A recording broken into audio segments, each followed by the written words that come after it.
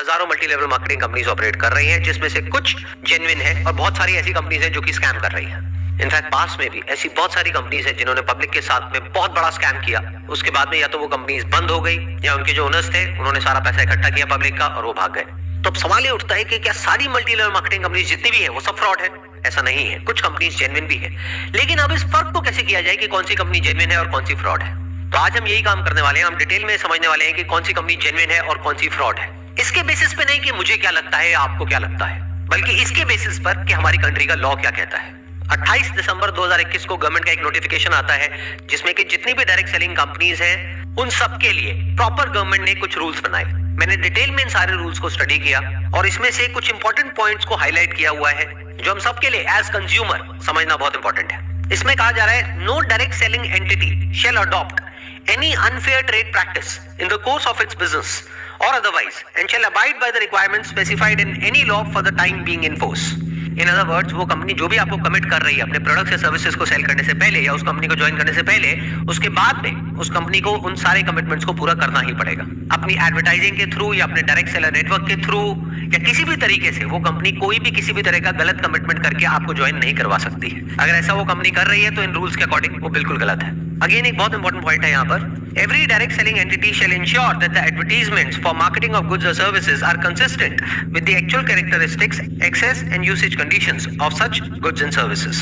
इसका मतलब ये है कि वो जो डायरेक्ट सेलिंग कंपनी है या जो उसका नेटवर्क है डायरेक्ट सेलर्स का, उसमें से कोई भी एडवर्टाइजमेंट नहीं दे सकते हैं कहीं पर भी जहां पर कि उस प्रोडक्ट को, उस सर्विस को या उस कंपनी का जो भी प्लान है उसको बहुत बड़ा चढ़ा करके दिखाया जा रहा है कि वो है कुछ और उसको कुछ और ही दिखाया जा रहा है। अगर मैं इसका एक प्रैक्टिकल एग्जांपल आपको दूं तो आपने नोट किया होगा कि फेसबुक पर, इंस्टाग्राम पर, यूट्यूब पर ऐसी बहुत सारी एड्स आती हैं जहां पे किसी एक पर्टिकुलर सेगमेंट को टारगेट किया जाता है। जैसे कि अगर आप एक हाउसवाइफ हैं और घर बैठे बैठे लाखों रुपए कमाना चाहते हैं तो हमको कांटेक्ट करिए। तो इस तरह की एडवर्टाइजिंग अगर कोई कंपनी कर रही है तो वो एक स्कैम है।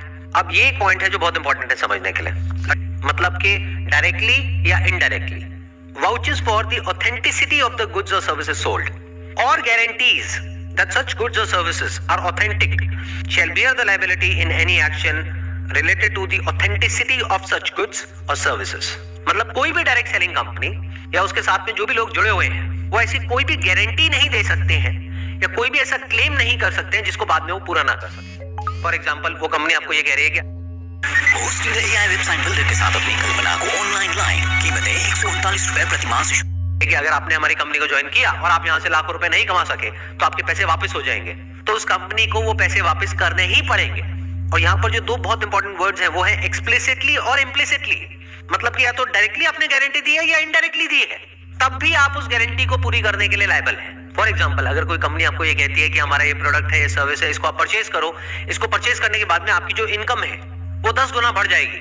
तो अगर वो 10 गुना नहीं बढ़ती है तो उस कंपनी ने जो भी क्लेम्स करे हैं उस सबको पूरा करने के लिए वो कंपनी लायबल है। इसमें बिल्कुल क्लियरली लिखा हुआ है that every direct selling entity and every direct seller shall ensure that the terms of the offer are clear so as to enable the consumer to know the exact nature of offer being made and the commitment involved in placing any order.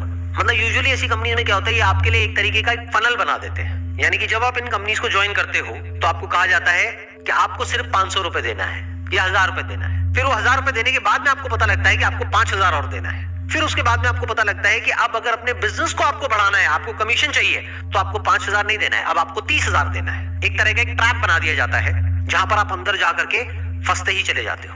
तो जो actual investment होती है उस business में वो उससे बहुत ज्यादा होती है जितने की शुरू में दिख रही होती है या दिखाई जाती है। ये करना गलत है इन रूल्स के अकॉर्डिंग। आपको बिल्कुल क्लियर तरीके से उस इंसान को बताना है ज्वाइन करने से पहले, यानी उससे 1 रुपए भी लेने से पहले, कि इस स्टेज पर इतना इतना पैसा लगने वाला है। जैसे बहुत सारी कंपनीज ऐसी होती हैं जहां पर कि ज्वाइन करने के बाद में अगर उन कंपनीज को आप कहोगे कि हमको डेटा चाहिए जिस डेटा को हम कॉल कर सके और जिनको ये प्रोडक्ट और सर्विस बेच सके, तो उस डेटा के भी वो कंपनी आपसे पैसे लेगी। यानी वो कंपनी आपको बोलेगी कि एक लीड का आपको 40 रुपए या 50 रुपए देना है। तो अगर आपको 100 लीड चाहिए तो आपको 5000 रुपए देना 1 महीने का। साल का कितना हो गया? 60,000 रुपए। आप सोच के आए थे उस कंपनी में कि 10-20 हजार रुपए में मेरा काम शुरू हो जाएगा। साल के एंड में जब आप कैलकुलेट कर रहे हो तो आप देख रहे हो कि मेरा 20 हजार रुपए नहीं लगा है, यहाँ पे 2 लाख रुपए लग गया है। तो यहाँ पे ये कहा जा रहा है कि ये सब कुछ आपको उस इंसान को ज्वाइन करने के बाद नहीं बताना है, पहले से बताना है। इसमें एक बहुत इंपॉर्टेंट क्लॉज है जिसको बहुत सारी कंपनीज वायलेट कर रही है खुलेआम। मतलब कि ऐसे बहुत सारे डायरेक्ट सेलर्स हैं या डायरेक्ट सेलिंग कंपनीज हैं जो बोलती है कि हमारी अनकंडीशनल मनी बैक गारंटी है, और बाद में जब आप उस कंपनी के साथ में एग्रीमेंट साइन करते हो तो वहां पर बहुत सारी कंडीशंस होती हैं। तो इसका मतलब क्या हुआ? कहा कि जो मनी बैक गारंटी है वो अनकंडीशनल है, जबकि एक्चुअल में जब एग्रीमेंट की बारी आई तो वहां पर बहुत सारी कंडीशंस है कि पहले आपको ये करना पड़ेगा, फिर ये करना पड़ेगा, फिर ये करना पड़ेगा, फिर ये करना पड़ेगा, तब जाकर के आपके पैसे आपको वापस होंगे। ये गलत है, ऐसा आप नहीं कर सकते हो। इस क्लॉज को ध्यान से समझना, ये बहुत इंपॉर्टेंट है। A direct selling entity or direct seller shall not refuse to take back spurious goods or deficient services and refund the consideration paid for goods and services provided। मतलब यहाँ पे क्या कहा जा रहा है कि अगर आपने एक MLM कंपनी को ज्वाइन किया और उसके जो गुड्स हैं और सर्विसेज हैं उससे आप सेटिस्फाइड नहीं है, तो उस कंपनी को आपको आपका पैसा रिफंड करना ही होगा।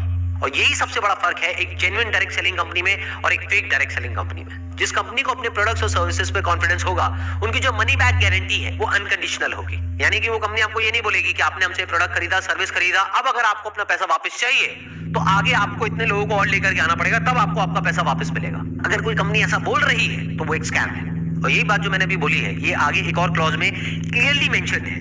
A direct selling entity and a direct seller shall not induce consumers to make a purchase based upon the representation that they can recover the price by referring prospective customers to the direct sellers for similar purchases। In simple words, यहाँ पर क्या कहा जा रहा है कि आपके ऊपर किसी भी तरह का कोई भी प्रेशर नहीं होना चाहिए उस कंपनी के प्रोडक्ट्स या सर्विसेज को सेल करने के लिए या आगे किसी को मेंबर बनाने के लिए। अगर आप इस कंपनी के प्रोडक्ट्स या सर्विसेज से पूरी तरह से सेटिस्फाइड हो, तभी आपको रिकमेंड करना है आगे और लोगों को उस कंपनी को ज्वाइन करने के लिए। अगर ऐसा एक्चुअल में हो रहा है तो कंपनी जेन्युइन है, लेकिन अगर ऐसा नहीं हो रहा है तो वो एक स्कैम है। और ये सब तो वो है जो रूल्स में क्लियरली लिखा हुआ है कि ये करना गलत है। इसके अलावा ऐसी बहुत सारी चीजें हैं जो बहुत सारी MLM कंपनीज में होती है, जो हो सकता है लीगली सही है लेकिन एथिकली बिल्कुल गलत है। मतलब कि अगर कोई भी डायरेक्ट सेलिंग कंपनी है जिसका कि एक डायरेक्ट सेलर्स का नेटवर्क है, तो स्ट्रक्चर में सारे लोगों को सिर्फ तब बेनिफिट हो सकता है जब जो प्रोडक्ट है और सर्विस है उसकी अपने आप में इतनी वर्थ है कि अगर एक इंसान वहां से 1 रुपए भी ना कमाए तब भी उसको किसी तरह का कोई रिग्रेट ना हो कि मैंने इस कंपनी को ज्वाइन किया। मतलब ये हो सकता है जो गवर्नमेंट के रूल्स हैं डायरेक्ट सेलिंग इंडस्ट्री के लिए, वहां पर ये नहीं लिखा है कि उस कंपनी के जो प्रोडक्ट्स हैं और सर्विस, कंपनी आपको साबुन का डब्बा बेच रही है 500 रुपए का, जिसके जैसा सेम प्रोडक्ट आपको मार्केट में मिल रहा है 50 रुपए का, तो अगर वहां पर आपको कोई कमीशन ना मिले, कोई इंसेंटिव ना मिले, कोई पैसे की बड़ी बड़ी बातें ना हो, कोई मर्सिडीज की बातें ना हो, BMW की बातें ना हो, तब भी क्या आप वो प्रोडक्ट खरीदोगे? अगर तो जवाब है हाँ, तो वो कंपनी बहुत बढ़िया है। लेकिन अगर जवाब है ना, तो ये बिजनेस फंडामेंटली फ्लॉड है। क्योंकि ये जो बात अब मैं बोलने वाला हूं, इसको ध्यान से समझिएगा, ये सिर्फ डायरेक्ट सेलिंग बिजनेस पर अप्लाई नहीं होता है, बल्कि किसी भी बिजनेस पे अप्लाई होता है। अगर उस बिजनेस में रिपीट बिजनेस नहीं आ रहा है, वर्ड ऑफ माउथ स्ट्रांग नहीं है, तो बिजनेस आज नहीं तो कल फेल होना ही होना है। Word of mouth, not of the money that a person can earn from that particular company, but word of mouth of the products and services offered by that particular company। Word of mouth इस चीज का नहीं कि उस company से लोग कितना पैसा कमा रहे हैं, बल्कि इस चीज का कि उसके प्रोडक्ट्स और सर्विसेज कितने अच्छे हैं। अगर एक्चुअल में उस कंपनी के प्रोडक्ट्स और सर्विसेज अच्छे हैं, कॉम्पिटिटिवली प्राइस्ड है, और अगर आप खुद अपने घर में उन प्रोडक्ट्स को बार बार यूज कर सकते हो, तो ये बिजनेस लॉन्ग टर्म में सक्सेसफुल हो सकता है। लेकिन अगर उस कंपनी के जो प्रोडक्ट्स हैं और सर्विसेज हैं उसमें दम नहीं है, तो बिजनेस ने आज नहीं तो कल फेल होना ही होना है। और यही सबसे बड़ा फर्क है एक जेन्युइन कंपनी में और स्कैम में।